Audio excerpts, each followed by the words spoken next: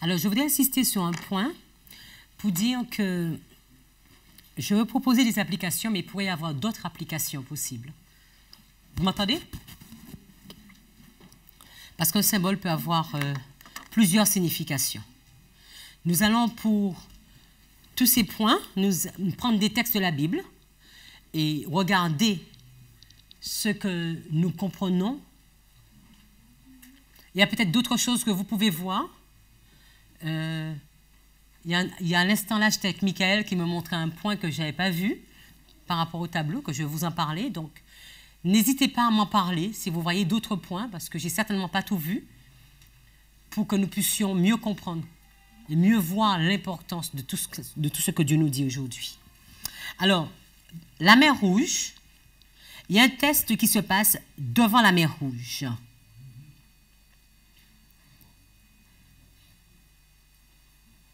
Alors, que représente la mer? Le monde, donc les eaux. Donc nous l'avons dans Apocalypse 17, verset 15. Et il me dit, les eaux que tu as vues sur lesquelles la prostituée est assise, ce sont des peuples, des foules, des nations et des langues.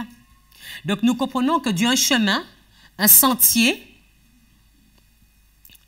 dans cette mer. Donc, dans le monde, dans ce sentier, il a un chemin. Il a un chemin que, certes, nous ne connaissons pas, mais que lui, il connaît. Et cela m'a fait penser à Jérémie 6, verset 16. « Tenez-vous sur les chemins et regardez, et acquérez-vous des anciens sentiers, quel est le bon chemin, et marchez-y, et vous trouverez le repos de vos âmes. » Mais qu'est-ce qu'ils disent? Nous n'y marcherons pas. Donc, nous comprenons que Dieu a un chemin. Les enfants d'Israël, ils ont peur, parce qu'ils sont devant la mer, et ils ne voient pas comment traverser ce chemin, parce qu'ils ne le connaissent pas. Ils n'ont jamais entendu un peuple qui, dans le passé, avait traversé la mer. Est-ce que vous me suivez? Donc, ils n'arrivent pas à voir comment ce serait possible de traverser cette mer. Et c'est une des raisons pour laquelle ils vont murmurer. Et ils vont dire, parce qu'ils voient les Hébreux derrière eux, ils voient les Égyptiens derrière eux, ils voient la mer devant, et tout de suite, ils se disent que nous sommes dans un guet-apens et nous allons mourir. Et Dieu dit, il y a un chemin que j'ai tracé devant toi et tu dois pouvoir prendre ce chemin. Il n'y a qu'un seul chemin. Là, il n'avait pas deux possibilités. Il n'y avait qu'un seul chemin et il devait traverser ce chemin qu'il ne connaissait pas. Et moi, je pense, le seul chemin qui nous amène le repos, le chemin que Dieu nous donne pour pouvoir y arriver à la Canaan céleste, et là nous pourrons mettre le chemin du repos.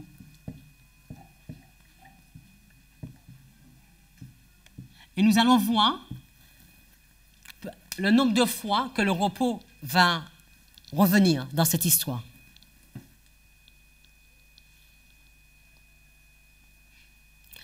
Mara, donc comme on l'a dit, quand on regarde la Strong, Mara veut dire amer, amertume.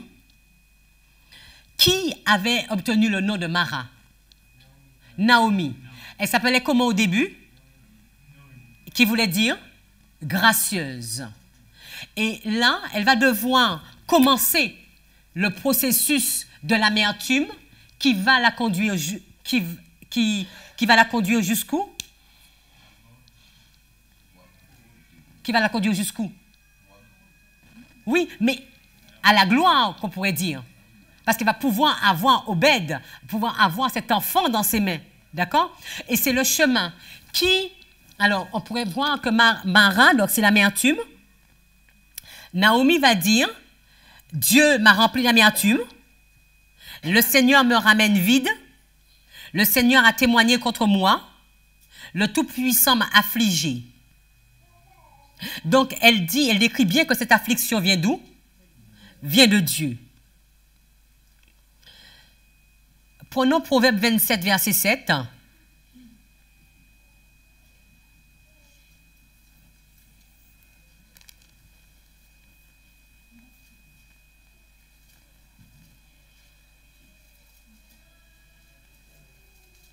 Alors, juste avant, on va le prendre après. Juste avant, on va prendre Lamentation 3, verset 15.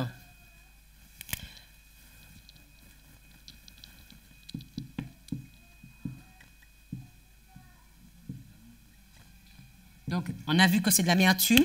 On va voir à quoi représente l'amertume.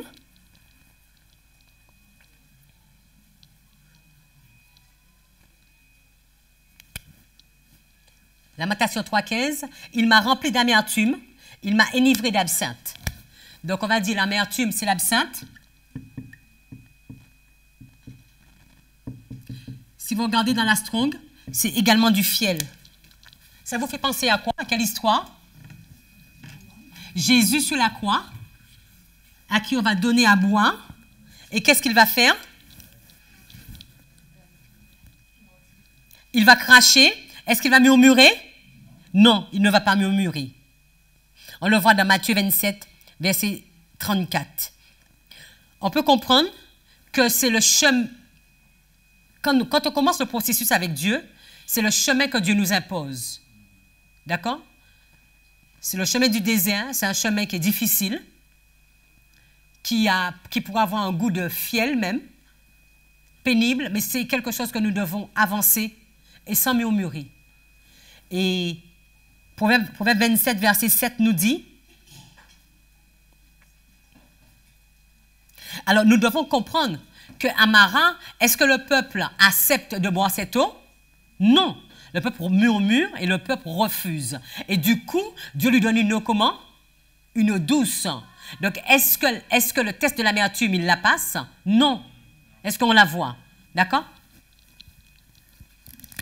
Et Proverbe 27, verset 7 dit, « Celui qui est rassasié foule aux pieds le rayon de miel, qu'on verra après, mais celui qui a faim trouve doux ce qui est amer. » Donc, si vraiment, dans ce processus, j'ai vraiment faim de la parole de Dieu, je vais vouloir accepter de passer par Mara, et sans murmurer, et sans me plaindre. Et on doit pouvoir se poser dans notre vie, quand la difficulté arrive, est-ce que je murmure? Comment je prends le problème? Parce que nous allons voir que c'est un cheminement, on avait vu au début, c'était pour le cheminement du désert, j'oublie le mot, mais c'était pour vraiment réapprendre Moïse. Vous vous souvenez? C'était quoi? Le dépouillement du désert. Et tout ceci, c'est le processus que Dieu nous amène pour le dépouillement du désert. Soit à la fin, nous avons réussi et nous pouvons entrer dans la Canaan terrestre, donc nous dans la Canaan céleste, ou soit nous échouons et nous ne pouvons pas entrer dans la Canaan céleste, parce que nous n'avons pas réussi à faire ce dépouillement du désert.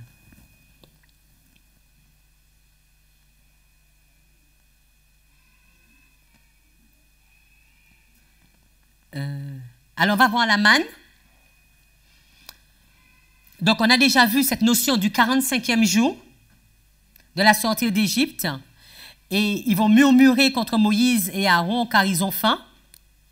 Dieu va entendre ces cris aussi.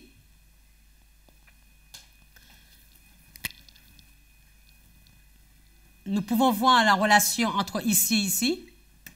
On l'a fait. Le 45e jour, où Dieu promet qu'il va donner sa gloire, qu'il va faire voir sa gloire. La manne, c'était quoi? Le pain du ciel, mais c'est le pain de qui aussi? C'est le pain des anges. Elle avait quoi comme goût? Un goût de miel. Donc, c'est toute une étude qui a déjà été faite sur le miel. Qui avait goûté au miel? Vous vous souvenez de cette histoire où Jonathan va prendre un rayon de miel et ses yeux vont s'ouvrir et il va pouvoir comprendre.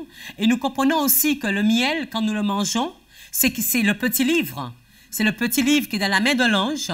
Et quand ce petit livre arrive dans notre bouche, c'est quoi? C'est doux comme du miel. Et après, quand ça rentre, c'est l'amertume, c'est Mara. Et est-ce que nous devons vomir le livre? Non, nous devons continuer le processus. La manne était donnée à quel moment? Le matin, très tôt. Vous vous souvenez de ce texte qui dit « J'éveille mon esprit chaque matin afin de t'entendre comme écoute des disciples ». C'est dans Isaïe que nous l'avons. Prenons le psaume 81, verset 10.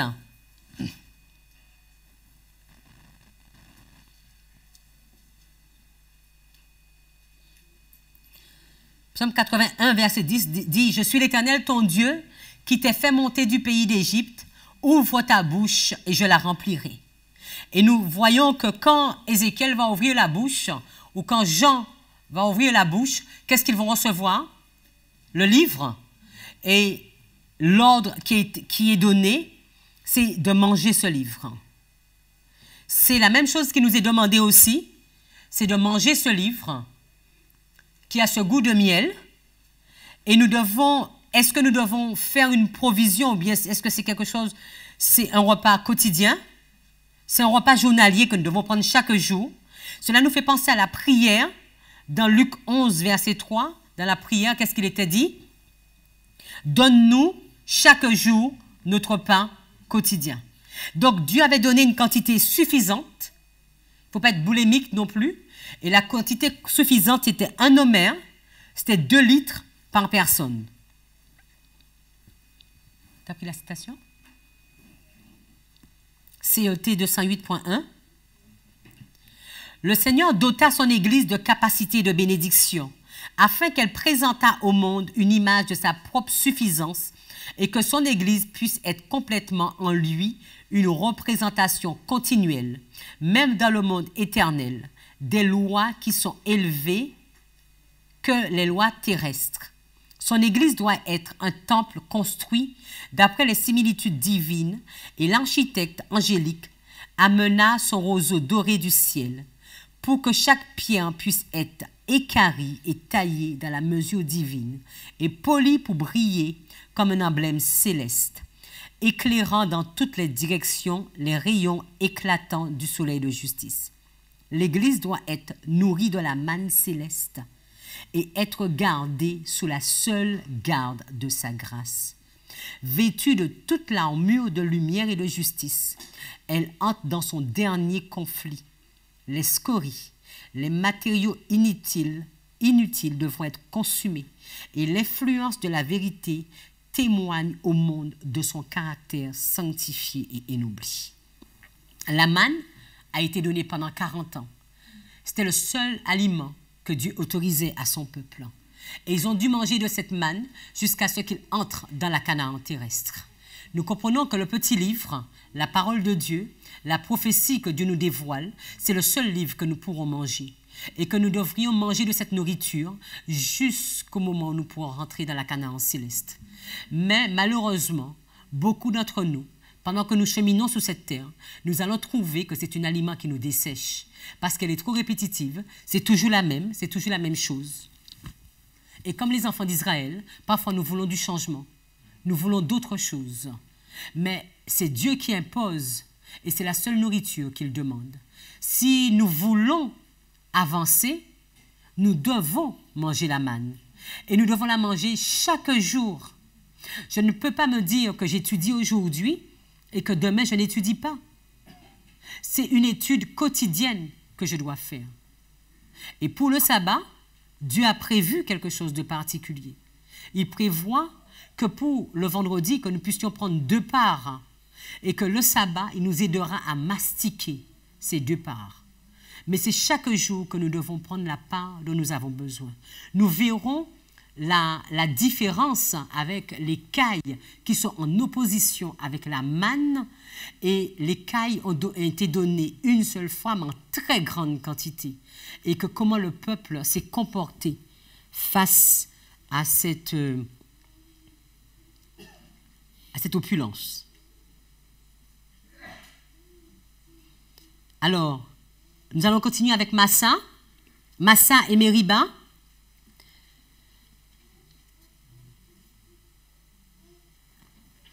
Alors, on va prendre Exode 17, verset 6.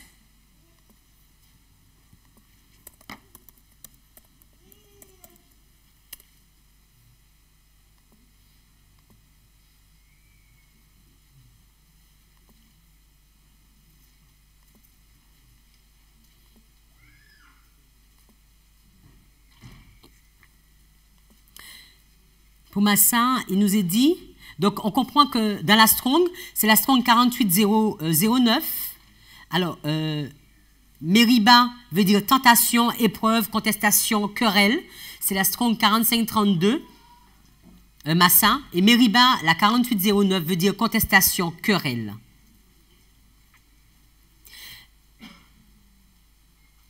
Et Exode 17, verset 6 dit, « Voici, je me tiendrai devant toi, là sur le roc en Horeb, et tu frapperas le roc, et il en sortira de l'eau, afin que le peuple boive. » Et Moïse fit ainsi aux yeux des anciens d'Israël.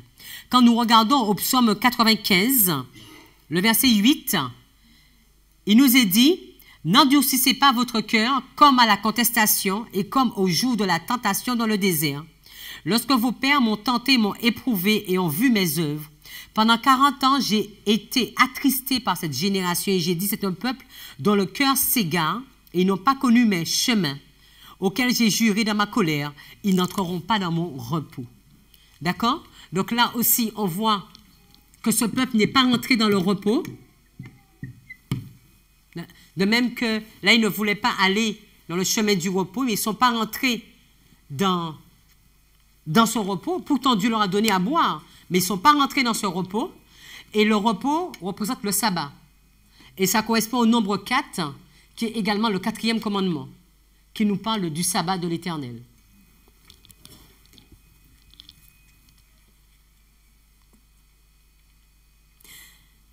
Dans Patriarches et Prophètes, nous avons, sous l'aiguillon de la soif, le peuple avait tenté l'Éternel en disant, « L'Éternel est-il au milieu de nous ou n'y est-il pas ?» Cette incrédulité était criminelle. Aussi Moïse avait-il craint de voir les jugements de Dieu s'abattre sur le peuple. En souvenir de ce péché, il appela ce lieu Massa, tentation, et Meriba, contestation. On a appelé cet endroit Massa et Meriba, ce qui signifie épreuve et querelle, parce que les Israélites, c'est la citation d'après, parce que les Israélites avaient cherché querelle à Moïse et avaient mis le Seigneur à l'épreuve en demandant, « Le Seigneur est-il parmi nous, oui ou non ?» Donc on voit que quand on arrive à Massa, quand on arrive au rocher, le rocher est représenté par qui? Par Christ, nous le savons. Oui? Non? Oui, d'accord. Donc Christ est le rocher, on l'a dans 1 Corinthiens 10, verset 4. Et qu'ils ont tous bu le même breuvage spirituel, car ils buvaient un rocher spirituel qui les suivait, et ce rocher était Christ. D'accord? Donc Christ est le rocher. D'accord? Et quand Christ, quand le rocher va être frappé, qu'est-ce qui va sortir? De l'eau. D'accord? Et nous savons que de Christ sort de cette eau qui ne tarit jamais, qu'il avait proposée à la femme samaritaine. Vous vous souvenez? Et c'est cette eau que Dieu nous invite à boire aussi. Et c'est cette eau qui est sa parole. C'est la pluie de l'arrière-saison. Sans ceci, nous ne pourrons pas entrer dans la Canaan céleste. Nous avons besoin de cette pluie.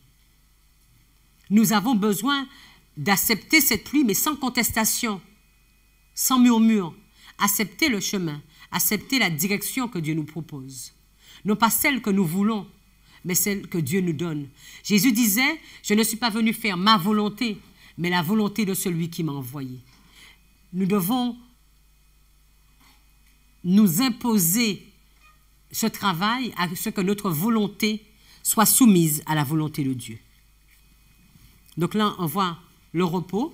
Donc le veau d'or, on a vu le 45e jour, ce veau d'or qui a été érigé, cette fête qui a lieu le 46e jour. Nous voyons aussi que le peuple se plaint parce que Moïse tarde. Et parfois, nous pouvons penser que le temps d'attente peut être long.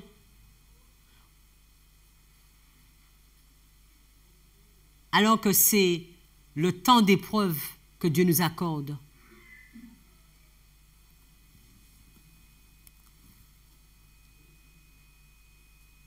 Donc nous avons fait déjà la relation entre le 45e jour, avec l'image de la bête, avec, je vous invite à regarder cette étude qui est sur le site par rapport au 45e président qui est en place aujourd'hui et que nous comprenons avec toute une étude que c'est sous ce président que la loi du dimanche sera mise en place, que l'image de la bête sera érigée et que nous devons manger de la manne si nous voulons tenir debout. Et nous devons manger la manne en quantité suffisante.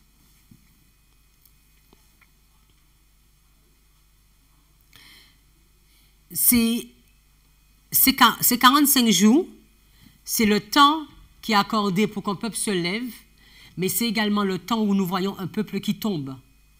Parce que quand le veau d'or est érigé, nous voyons deux groupes.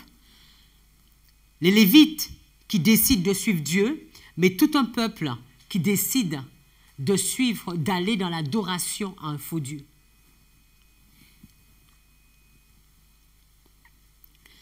Alors, Nadab et Abihu, nous avons vu que c'était le vin qui les avait emmenés à cette confusion. Nous pouvons voir dans la Bible que le vin représente les fausses doctrines. Ces fausses doctrines qui peuvent nous emmener dans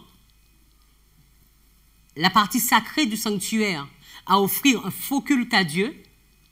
Et ce mélange de fausses doctrines, on l'a vu ce matin avec Michael, dans Ésaïe 28, qu'est-ce qu'il y avait sur leur table?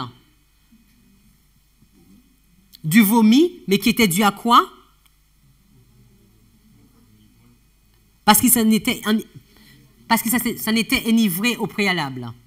Nous pouvons voir Jérémie 51, verset 7.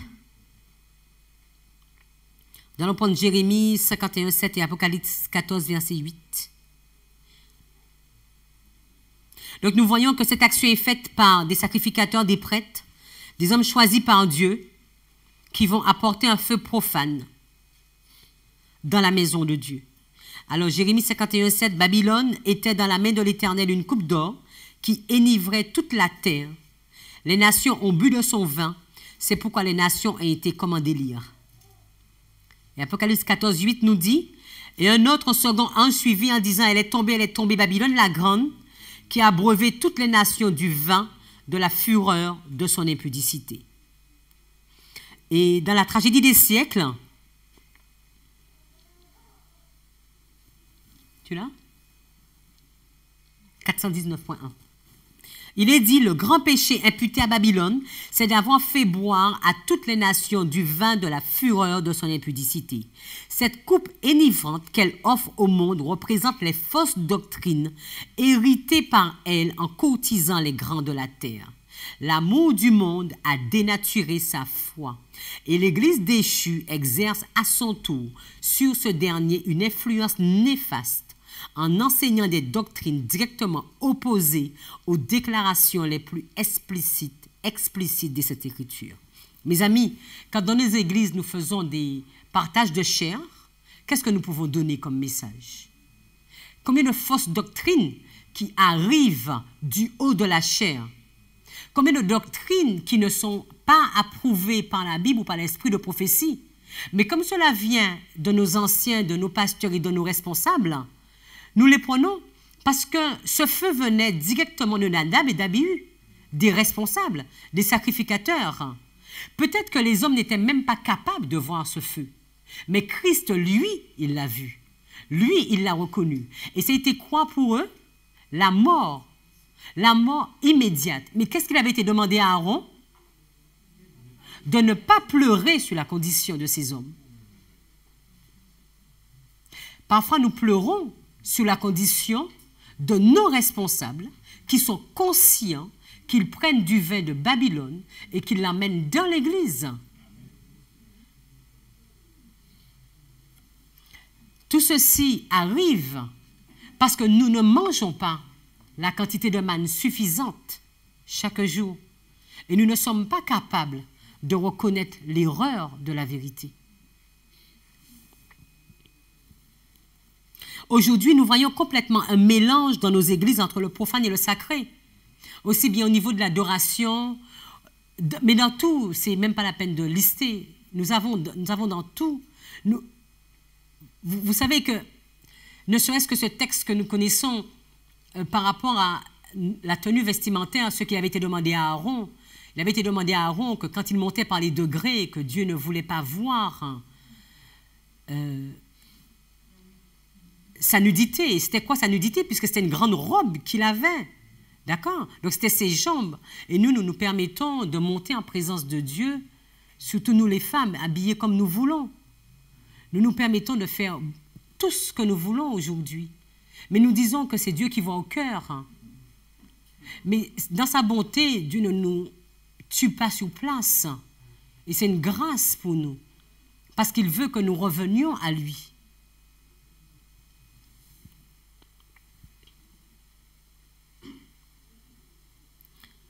Et Ésaïe 28, on l'a vu ce matin, il dit, mais eux aussi se sont égarés à cause du vin et se sont écartés du chemin par la boisson forte. Le prêtre et le prophète se sont égarés par la boisson forte. Ils ont été engloutis par le vin. Nous devons être à même, si nous avons mangé de la manne, être capables de reconnaître ce vin et de pouvoir les aider et leur dire que ça c'est faux. Mais nous sommes rentrés dans une vision où nous disons, mais puisque c'est le responsable qui l'a dit, mais c'est vrai. Mes amis, peut-être ce que je vous dis là, c'est faux. Il faudrait que vous alliez vérifier tout ce que je vous dis. Hein. Peut-être que ça ne tient pas du tout la route. Vous devez être capable de prendre vos notes et de regarder, de faire comme des Béréens, d'aller vérifier est-ce que c'est vraiment ce que la Bible dit. Nous voyons à ce moment deux feux apparaître. Le feu de Dieu et le feu étranger.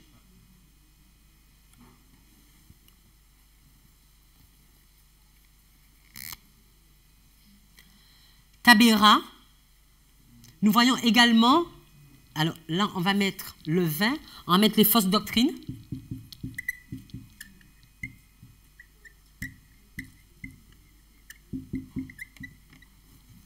Donc si on regarde aujourd'hui, des fausses doctrines, nous en avons. Des images, le veau d'or, on pourrait se demander, mais c'est quoi cette image que nous faisons? Et nous serons étonnés de voir quel Dieu vraiment qui nous dirige, en fonction de nos choix que nous faisons. Est-ce que c'est Dieu qui nous dirige ou est-ce que c'est le monde qui nous dirige? Quel Dieu qui nous dirige? Parce qu'eux, ils voulaient faire des dieux qui iront devant eux. Et nous aussi, nous avançons. Nous avançons parfois peut-être dans une mauvaise direction. Donc, il y a forcément quelqu'un qui nous conduit. Quel est ce Dieu qui nous conduit? À Massa, est-ce que nous sommes entrés vraiment dans le repos de Christ? Est-ce que nous avons accepté de boire cette eau? Est-ce que nous entrons dans le repos? Est-ce que nous allons, comme Jérémie nous le dit, nous allons sous ce sentier qui va nous apporter le repos, le rafraîchissement? Ou est-ce qu'au contraire, nous disons, nous n'y marcherons pas dans ce chemin parce que nous ne le comprenons pas, parce que nous ne le connaissons pas? Est-ce que nous marchons ici? Tout ceci, ce sont des choses que nous passons déjà dessus, mes amis. Ce sont des tests que nous vivons déjà, tous ces tests-là. La manne, la nourriture, pour pouvoir tenir là. Comment vous voulez, pendant 2 ans, ne pas manger et pouvoir entrer dans la Canaan terrestre? Mais nous serons déjà tous morts, parce que nous n'avons mangé aucun aliment. Nous sommes censés manger de la manne. Soit nous mangeons de la manne, nous allons voir, ou soit nous mangeons des cailles, en fonction de la provision que nous avons décidé de faire. Mais nous devons manger pour survivre. Et si nous mangeons la manne, nous la mangeons comment? Nous en mangeons quelle quantité? Et nous en mangeons comment? L'amertume, nous l'avons déjà. Nous vivons. Une fois que nous sommes rentrés dans ce chemin, nous avons vu les difficultés qui ont commencé. Est-ce que nous avons rebroussé chemin ou pas? Ou bien est-ce que nous continuons persuadés que de plus en plus, nous allons devant des difficultés? Souvent, même parmi nous adventistes, qu'est-ce que nous aimons dire? Que si nous n'avons pas de problème, c'est que nous ne sommes pas sur la bonne route. Mais quand les problèmes arrivent, nous fuyons cette route. Donc, est-ce que nous comprenons ce que nous disons? Parce que nous disons que si nous sommes là et qu'il n'y a pas de problème, on doit se poser des questions. Et quand nous sommes sur une route qui nous conduit à Christ, quand il y a des problèmes, on dit qu'on ne veut pas aller sur cette route. Donc nous ne voulons pas boire de cette eau. Mais nous ne voulons même pas traverser la mer Rouge. La route, il faut la commencer. Parce que si nous ne la commençons pas, qui va nous tuer? Mais les Égyptiens. Donc nous sommes obligés d'avancer. Soit nous retournons en Égypte, ou soit nous entrons dans la Canaan céleste, la Canaan terrestre. Mais si nous refusons et nous nous mettons comme la Odyssée, si nous choisissons d'être tièdes, qui n'est pas une situation, mais à ce moment-là, nous mourrons dans le désert. Tabéra, Donc là, nous voyons le feu de Dieu qui descend. Alors, si nous prenons 2 Rois 1, verset 12, donc nous savons que dans le littéral, ce feu était descendu sur les infidèles, sur ceux qui murmuraient. Et c'était un feu, c'était un jugement. 2 Rois 1, verset 12, et Élie leur dit, « Si je suis un homme de Dieu, que le feu descende du ciel et te consume. » Toi et les 50 hommes. Vous connaissez cette histoire? Et le feu de Dieu descendit du ciel et le consuma, lui et les 50 hommes. Vous connaissez cette histoire qu'on trouve à plusieurs reprises, que le feu va descendre et il va brûler ces hommes. Donc nous comprenons que quand le feu de Dieu tombe, c'est un jugement qui est amené sur les coupables. Mais là, dans ce peuple, nous pouvons voir que c'est un jugement partiel, parce que ce n'est pas tout le peuple d'Israël qui a été brûlé. Vous êtes d'accord? C'était qu'une partie. Donc aujourd'hui, Dieu fait tomber des jugements. Mais si nous sommes encore là, c'est parce qu'il nous fait grâce. D'accord? C'est par amour que nous n'avons pas été consumés. Donc nous devons au contraire nous relever et rechercher à faire pleinement la volonté de Dieu. Le feu de Dieu est un signe de sa colère. Et ceci, c'est dû à cause des plaintes et des murmures. Est-ce qu'aujourd'hui, nous murmurons? Là, c'est du concret. Est-ce que dans ma vie, je murmure? Parfois, il y a des choses qui m'arrivent, qui nous arrivent, que nous ne comprenons pas. Est-ce que nous acceptons pour dire, non pas ma volonté, mais ta volonté, Seigneur? Ou est-ce que nous murmurons? Ce n'est pas facile. Et cette éducation, c'est l'éducation que nous transmettons à nos enfants. Soit ils apprennent à murmurer, ou soit ils apprennent à obéir. Vous savez qu'une habitude, on dit qu'une habitude met environ 3 mois. Une action répétitive prend environ 3 mois pour devenir une habitude. Et nous avons déjà vu, c'est parce qu'ils avaient pris l'habitude de murmurer. Et donc, c'était quelque chose qui était en eux. Ils murmuraient sans cesse. Donc, arrivé à ce 10e point, ils ne pouvaient faire que murmurer. Parce que c'était ce qu'ils avaient l'habitude de faire, c'était de murmurer. Et nous aussi, parfois, c'est peut-être ce comportement que nous sommes entrés dedans. À discuter des lois de Dieu, à discuter du plan de Dieu, à discuter de ce qu'il nous demande. Nous remettons tout en cause. Et comme nous remettons tout en cause, nous murmurons et nous sommes rentrés dans ce processus.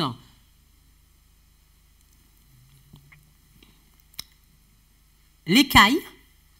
Alors, nous allons prendre le texte, Nombre 11,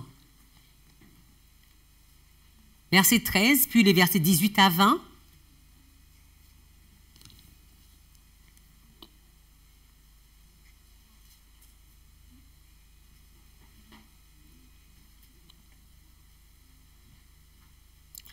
Nombre 11, verset 13. « D'où aurais-je de la chair pour en donner à tout ce peuple, car ils pleurent après moi, disant, donne-nous de la chair afin que nous puissions manger. » Donc, on peut comprendre que c'est une histoire qui se passe environ 1 an après la manne.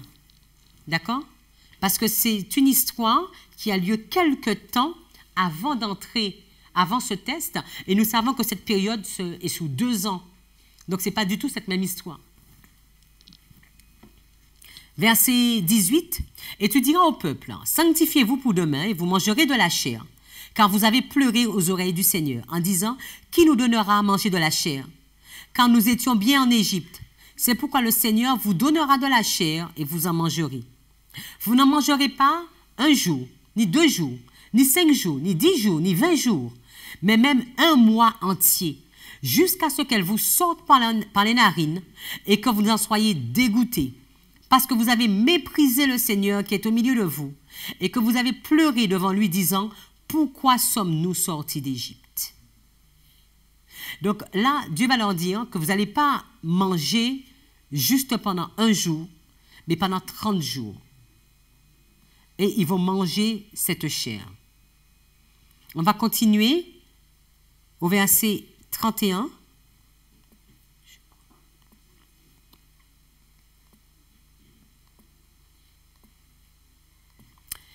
Et un vent sortit de par le Seigneur qui amena des cailles de la mer et les laissa tomber près du camp. Donc vous voyez, donc ce n'est pas sur le camp, mais près du camp. Les cailles sortent d'où? De la mer. Qu'est-ce que nous savons qui sort de la mer? Qu'est-ce qui sort de la mer dans la Bible? La bête. La bête qui sort de la mer. Mais nous savons aussi que dans Daniel, ce sont les animaux qui sortent de la mer. OK? Babylone, la Médo-Perse, la Grèce et Rome, ils sortent de la mer. Là, nous voyons dans ce texte, qu'est-ce qui emmène ces bêtes qui sortent de la mer? Un vent. Donc, nous pouvons également étudier cette notion de vent. Il n'est pas précisé ici que c'est le vent d'Est. Mais nous voyons que, alors, la manne sortait d'où? Du ciel directement. D'accord? Une bénédiction de Dieu. D'accord? Alors que les cailles sortent de la mer. Et les cailles dont sortent, mais la mer, ce sont des peuples, ce sont des nations, c'est le monde. Qu'est-ce qui peut bien venir de bon de ce monde? Alors, est-ce que nous allons prendre l'aliment qui sort du monde ou l'aliment qui sort de Dieu? Et on nous dit, et les laissa tomber près du camp environ une journée de chemin d'un côté et environ une journée de chemin de l'autre côté, tout autour du camp. Qu'est-ce qu'une journée de chemin? Est-ce que vous vous souvenez d'une histoire qui avait une journée de chemin? Je ne vais pas dire une journée de sabbat, mais une journée de chemin.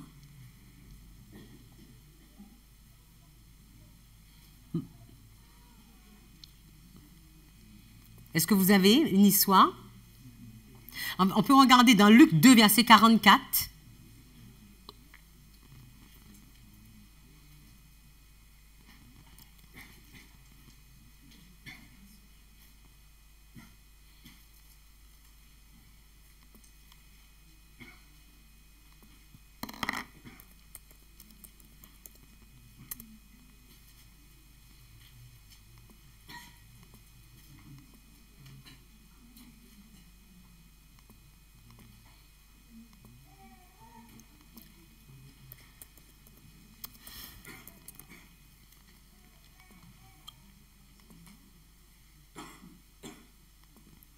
Alors, Luc 2, 44, mais eux, pensant qu'il était avec leurs compagnons de voyage, marchèrent une journée, puis le cherchèrent parmi leurs parents et ceux de la connaissance. Donc, c'est l'histoire de Jésus quand les parents vont perdre Jésus de vue.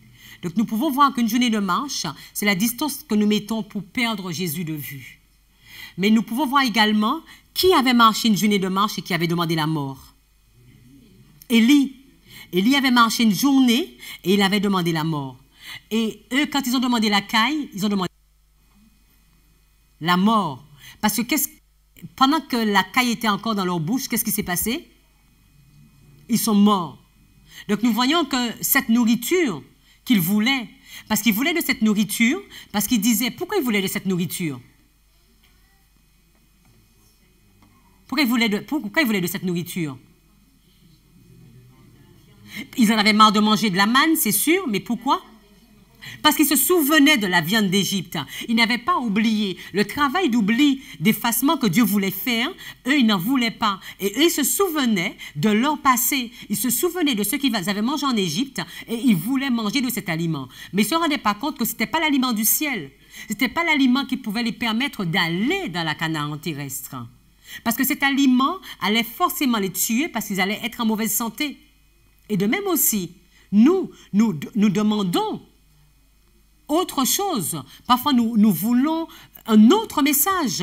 Nous voulons un message qui va nous parler de l'amour. C'est Vadim qui a parlé ce matin. Un message qui va nous parler de l'amour, de la paix. Soyons unis sur ce qui nous rassemble. Aimons-nous sur paix et sécurité.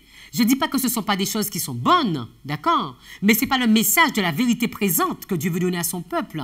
Et le message dont ils avaient besoin pour pouvoir traverser le désert à ce moment précis, ça ne pouvait pas être la caille, parce qu'ils seraient malades. Ils avaient besoin à ce moment précis de manger la manne. Pourtant, Dieu leur avait donné la caille avant, mais pas à ce moment précis. Ils ne pouvaient pas le manger. Et nous aussi, alors que nous sommes à l'approche de la Canaan céleste, nous avons besoin de manger la vérité, le message de la vérité présente et rien d'autre. Parce que c'est ce message-là qui nous permettra de rester debout ou non de tomber à ce test. Et mes amis, si nous ne voulons pas comprendre cela, ou si nous avons du mal à comprendre ça, nous sommes en train d'échouer au test de la loi du dimanche aujourd'hui même. Parce que souvent, nous pensons, et Vadim l'a dit ce matin, que quand la loi du dimanche va arriver, subitement, je vais accepter de ne pas travailler. Et là, je n'aurai aucun problème pour partir à la campagne, alors que depuis 40 ans, je ne suis jamais arrivée. Mais subitement, comme par un bâton magique, je ferai tout cela. C'est faux. Parce que nous avons pris l'habitude de murmurer. Et nous avons pris l'habitude de dire, nous n'y marcherons pas, nous n'y marcherons pas, nous n'y marcherons pas. Et quand le 10e test arrive, nous ne savons pas, nous ne nous rendons même pas compte, c'est le 10e test. Et nous continuons à dire que ce n'est pas possible, nous ne pourrons pas le faire. Et la porte se ferme sur nous. Et pourtant, nous espérons rentrer. Parce que quand, vous vous souvenez bien de cette histoire, quand ils vont savoir qu'ils ne peuvent pas rentrer dans la Canaan terrestre, qu'est-ce qu'ils vont dire? Mais ce n'est pas possible. Mais ce n'est pas possible. On est sorti d'Égypte pour aller là-bas. Il faut qu'on y aille. Mais nous irons. Coûte que coûte, nous irons. Et c'est peut-être un mauvais calcul que nous faisons aujourd'hui. Et ceci se passe dans notre éducation, dans notre cerveau, de la façon dont nous voyons les choses aujourd'hui, de la façon que nous pesons les choses dans notre vie aujourd'hui. Donc, Daniel 7, verset 3, on va le prendre, qui nous montre les bêtes qui montent de la mer.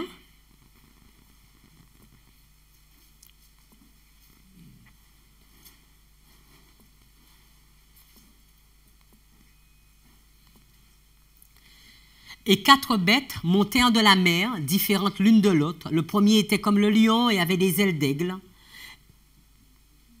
Et les autres que nous connaissons. Nous pouvons également prendre Apocalypse 13.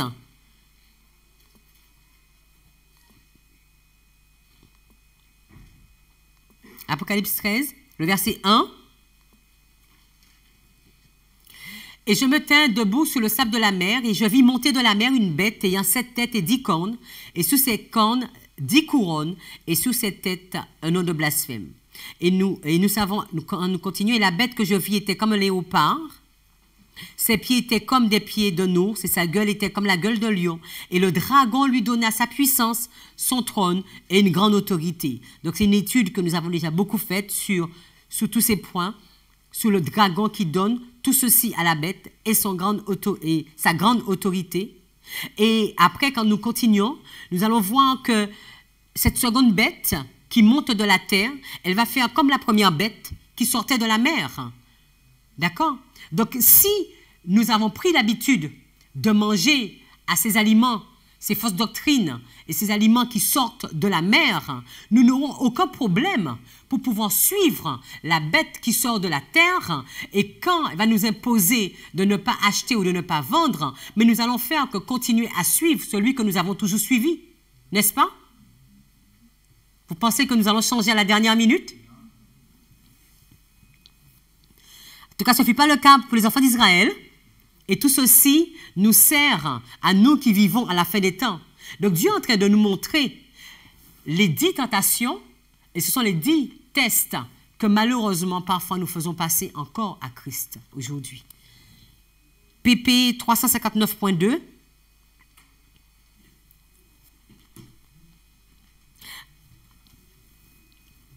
Alors un vent violent qui soufflait de la mer amena les cailles et les répandit sur le camp, sur une étendue d'environ une journée de marche, dans un sens et dans l'autre, autour du camp. Il y en avait sur le sol une couche de près de 2 coudées d'épaisseur. Ce jour-là, toute la nuit et tout le jour suivant, le peuple s'occupa à ramasser cette nourriture mise miraculeusement à sa portée. On en fit de grandes provisions. Celui qui en ramassa le moins en avait 10 homères. Tout ce qui n'était pas consommé immédiatement, on le fit sécher, de sorte qu'il y en eut, selon la parole de l'Éternel, pour tout un mois. Donc, ils vont faire sécher de l'alimentation. Pourtant, ils disaient que c'est la manne qui les avait desséchés. Si Dieu donnait ainsi à Israël un aliment peu propre à assurer son bien-être physique, c'était parce qu'il s'obstinait à le demander. Le violent désir du peuple fut satisfait, mais il dut en subir les conséquences. Il s'abandonna sans frein à sa gourmandise, et ses excès furent promptement punis. L'Éternel frappa le peuple d'un très grand fléau. Un grand nombre d'Israélites périrent des suites d'une fièvre violente. Les plus coupables moururent dès qu'ils eurent touché à la nourriture convoitée. Parfois, Dieu laisse faire les choses, et parfois, nous pouvons même penser que c'est Dieu qui nous a répondu et que c'est une bénédiction. 9e point, Myriam et Aaron. Alors, qui était Moïse? Donc, le texte nous dit que Moïse était le seul homme que Dieu voyait face à face. Alors, qui dans notre histoire pourrait représenter Moïse? Jésus. Donc, Jésus est celui qui était dans le sein du Père. On est d'accord? On peut voir Patriarche et Prophète 361. Alors, qu'est-ce qu'on a mis? Là, on a mis feu. Donc, là, la caille, on va mettre la mort. Et on a vu que la caille tombait hors du camp et que quand quelqu'un avait la lèpre, il devait aller hors du camp. Donc, la mort.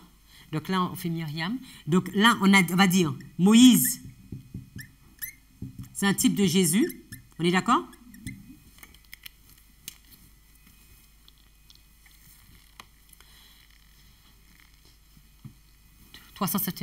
Or, Moïse était un homme fort doux, plus qu'aucun homme qui fut sous la terre.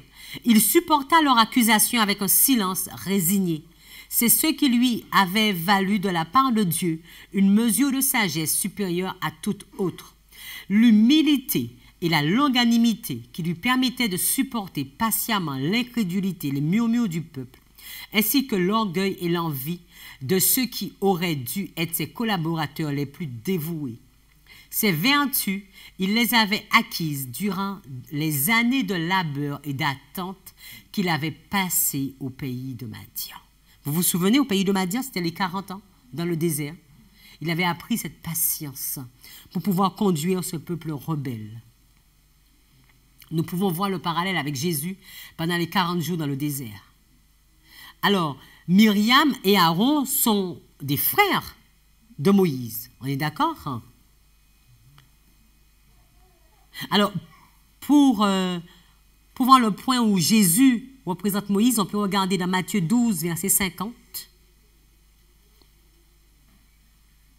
Non, peut-être Jean 5, verset 30 avant. Jean 5, verset 30.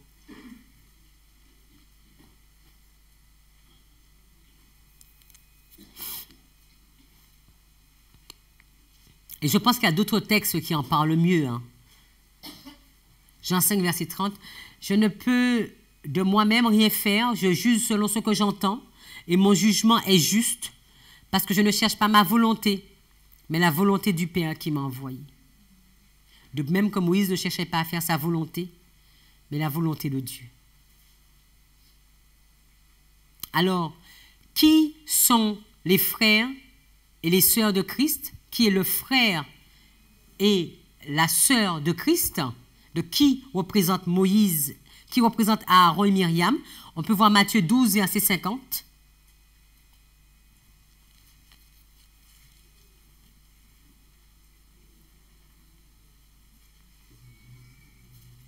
Matthieu 12, verset 50.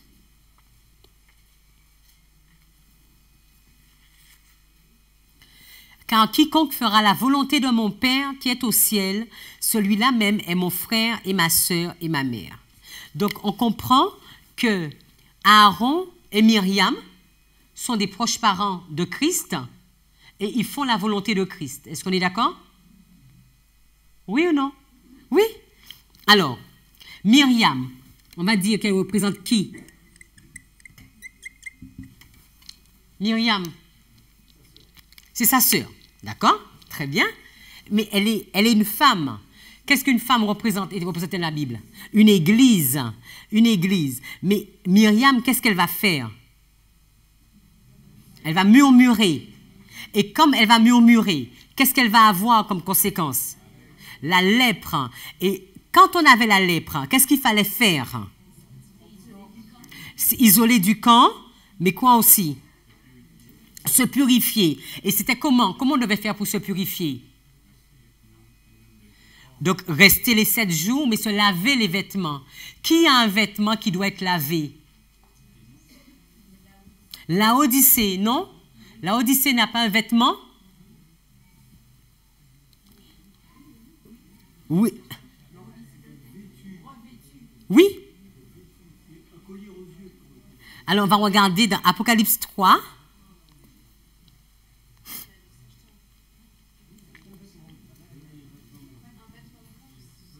Apocalypse 3.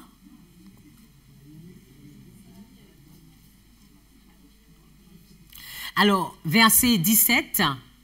Parce que tu dis, je suis riche et j'ai accru mes biens et je n'ai besoin de rien. Myriam, elle pensait qu'elle avait tout. Ellen White nous en parle, que Myriam était la sœur aînée de Moïse. Et c'est elle qui était près du fleuve et c'est elle qui avait protégé Moïse.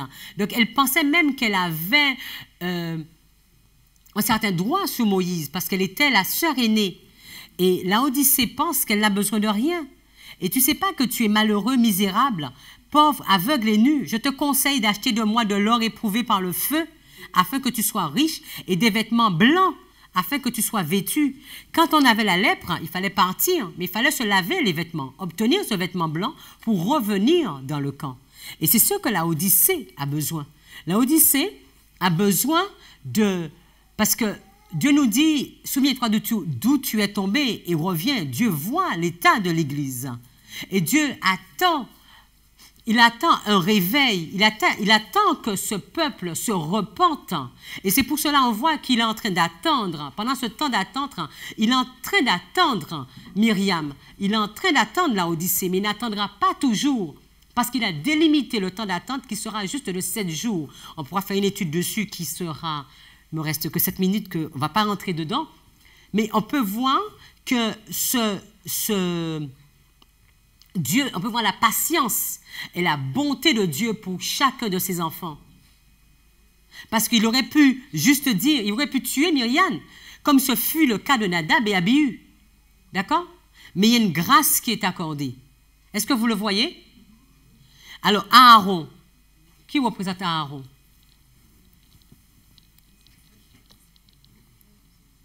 Oui, le sacrificateur, mais on pourrait dire aussi quoi? Hein? Les leaderships, mais je pensais aux prêtres. Je pensais à ce mouvement qui également était dans la rébellion vis-à-vis de Dieu, mais qui se repente. Et parce que Aaron, la première des choses qu'il va faire, c'est qu'il va reconnaître tout de suite qu'il a péché contre Dieu, qu'il a péché contre Moïse. À un moment, sur la situation où nous étions, nous nous sommes rendus compte que nous avons péché. Et qu'est-ce que Aaron va faire? Il va intercéder pour Myriam. Avec Moïse, ils vont intercéder pour Myriam. Je propose, bon après ce sera de voir, mais je propose que Aaron, ce serait les prêtres, ce serait ce mouvement. Nous savons que le péché, nous savons que la lèpre c'est le péché et que Myriam va rester 7 jours hors du camp.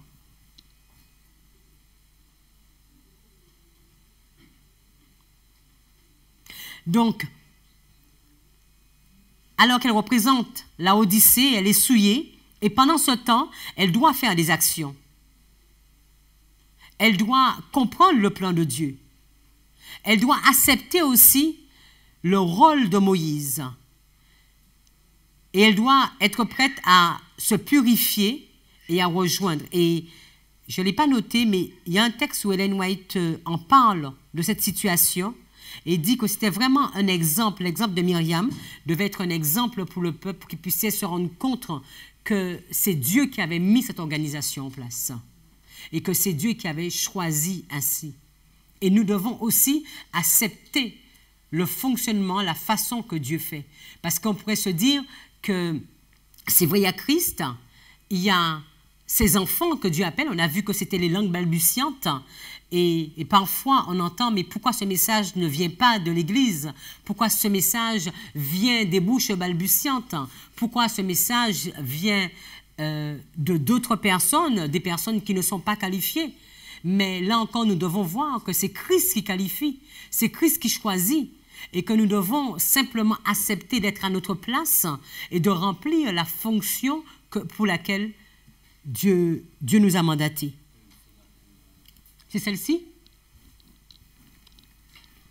Celui qui a confié à des hommes la lourde responsabilité de conducteur et de docteur de son peuple tiendra celui-ci responsable de la manière dont il aura traité ses serviteurs.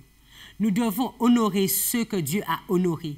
Le châtiment infligé à Marie, donc à Myriam, doit servir d'avertissement à tous les hommes qui cèdent à la jalousie et au murmure contre ceux auxquels Dieu assigne une tâche importante dans son œuvre.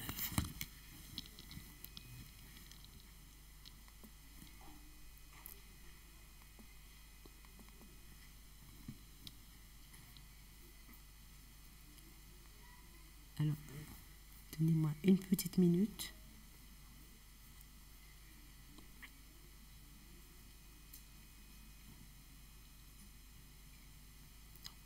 Est-ce qu'il y avait une autre citation derrière? Non? Pour cette partie-là? Est-ce que je me suis un peu trop... Non? Ok, c'est bon. Alors, nous allons arriver sur le dernier. Le rapport des espions. Alors, nous avons lu tout à l'heure Nombre 13, versets 31 et verset 32. Donc, il se plaignait parce que, mais les hommes qui étaient montés avec lui lui dirent, nous ne sommes pas capables de monter contre ce peuple. Et nous allons lire dans Jean 15, verset 16.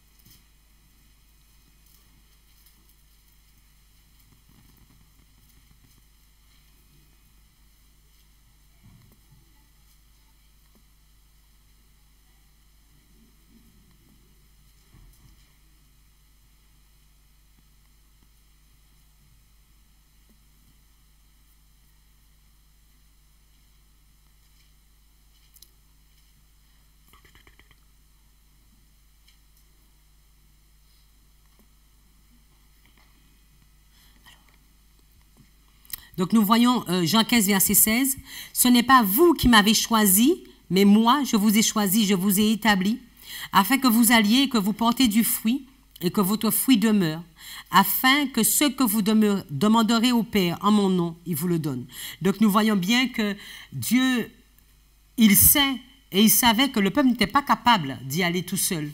Il avait juste demandé au peuple d'aller, de voir, de retourner, de lui faire l'état des lieux de la situation, et il ne devait pas regarder à leur capacité, de même que nous ne sommes pas appelés à regarder à nos capacités, parce que Dieu sait que nous ne sommes pas capables, mais à regarder à Christ.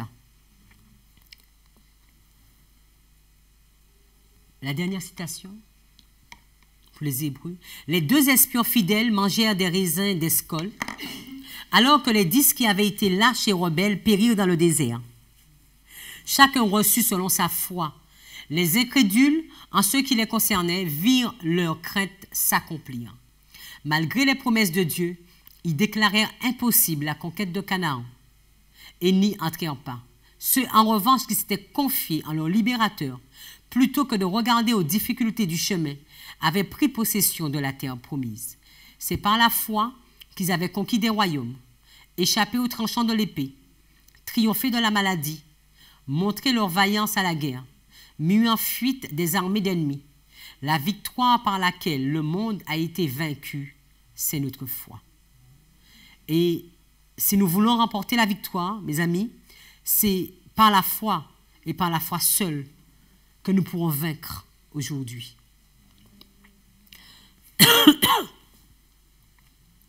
Alors, lorsque plus tard, les pharisiens, donc nous avons également vu, on ne va pas le retourner, vous vous souvenez, on avait vu la ligne avec l'eau, Lot et le mariage. D'accord? Nous avons vu les 10 points, au moins 10 principes que Dieu imposait au sein du mariage. Il nous est dit que lorsque plus tard les pharisiens questionnèrent Jésus au sujet de la légitimité du divorce, Jésus les renvoya à l'institution du mariage lors de la création. Il leur dit, « C'est à cause de la dureté de votre cœur que Moïse vous a permis de répudier vos femmes.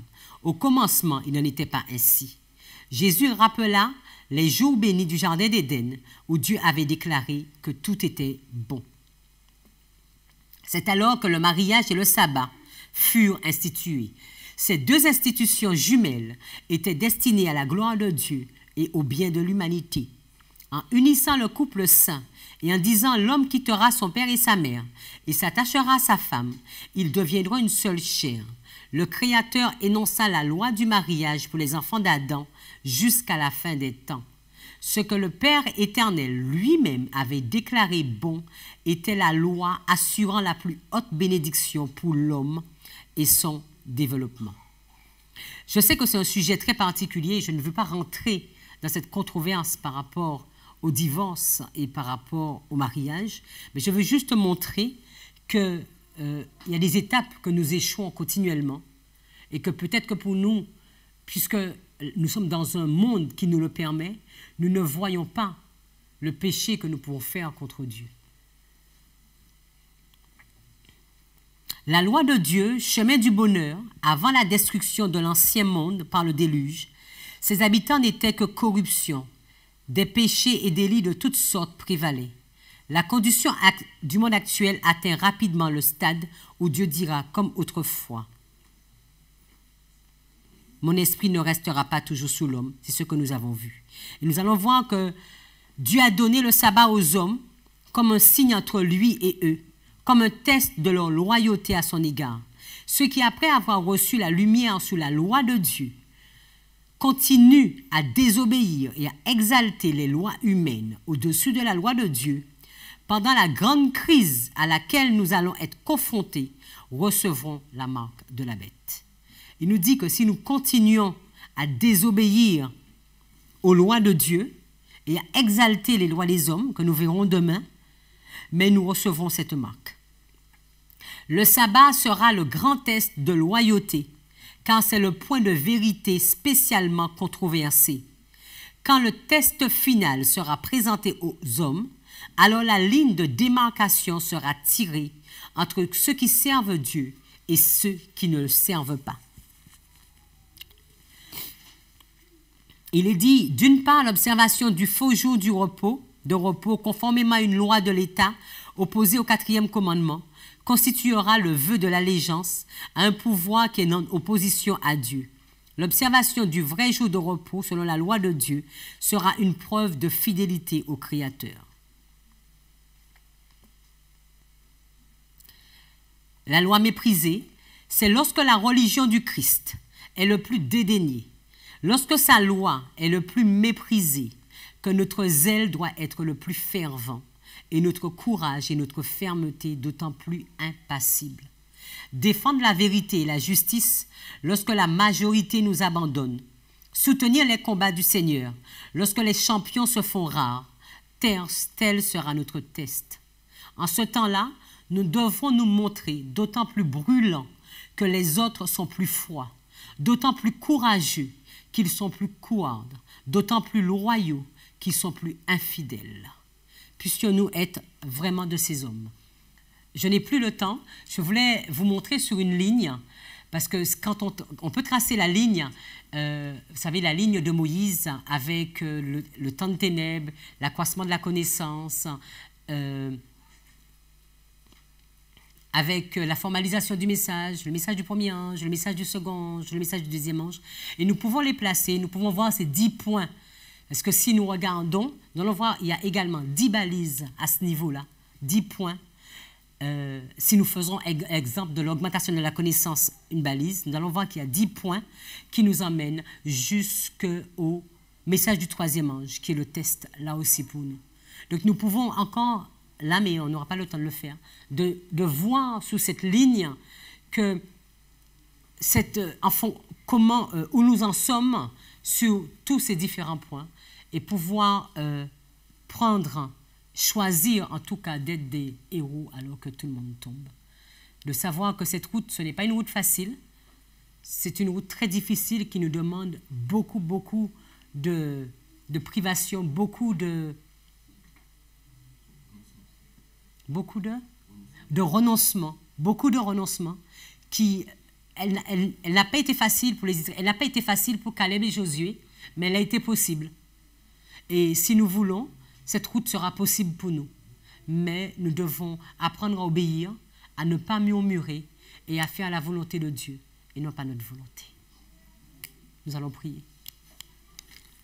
Seigneur, nous voulons vraiment te remercier pour ta patience. Nous voulons te remercier, Seigneur, pour ton amour.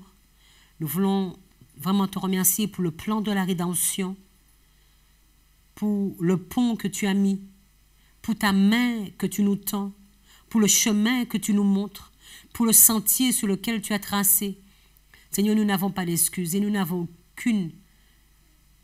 pas de raison de douter de toi, puisque tu nous as toujours montré que tu étais à nos côtés.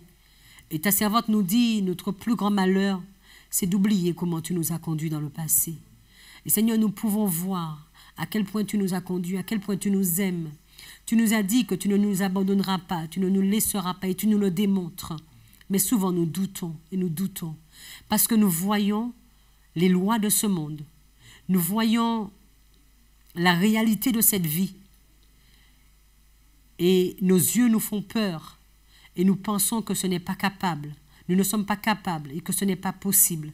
Et nous oublions que c'est par la foi et par la foi seule que nous y arriverons. Alors Seigneur, nous voulons vraiment avancer avec toi.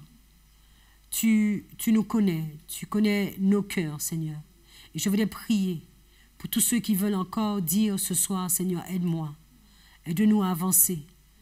Jusqu'à maintenant, peut-être nous avons stagné. Peut-être que jusqu'à maintenant, nous n'avons jamais fait un pas. Peut-être que jusqu'à maintenant, nous avons entendu toutes ces choses. Nous avons entendu beaucoup de prophéties, mais nous n'avons pas compris que c'était une question de vie ou de mort et que nous n'avons pas compris que nos murmures depuis tant d'années nous qualifient pour une mort éternelle. Alors Seigneur, nous voulons crier à toi. Et alors que tu nous montres toutes ces choses, nous voulons te dire de ne pas nous abandonner. Mais Seigneur, nous voulons venir et te demander, montre-nous le chemin. Nous comprenons que le chemin, c'est tous ces messages que tu nous donnes. Nous comprenons que c'est cette direction et tout ce que tu veux pour nous. Alors que nous devenions des hommes, des femmes, des enfants, des jeunes qui veulent faire ta volonté et obéir afin de pouvoir tenir face à la crise qui est déjà sur nous. Que ton nom soit glorifié, exalté. Nous t'avons prié en ton Saint-Nom, Jésus. Amen.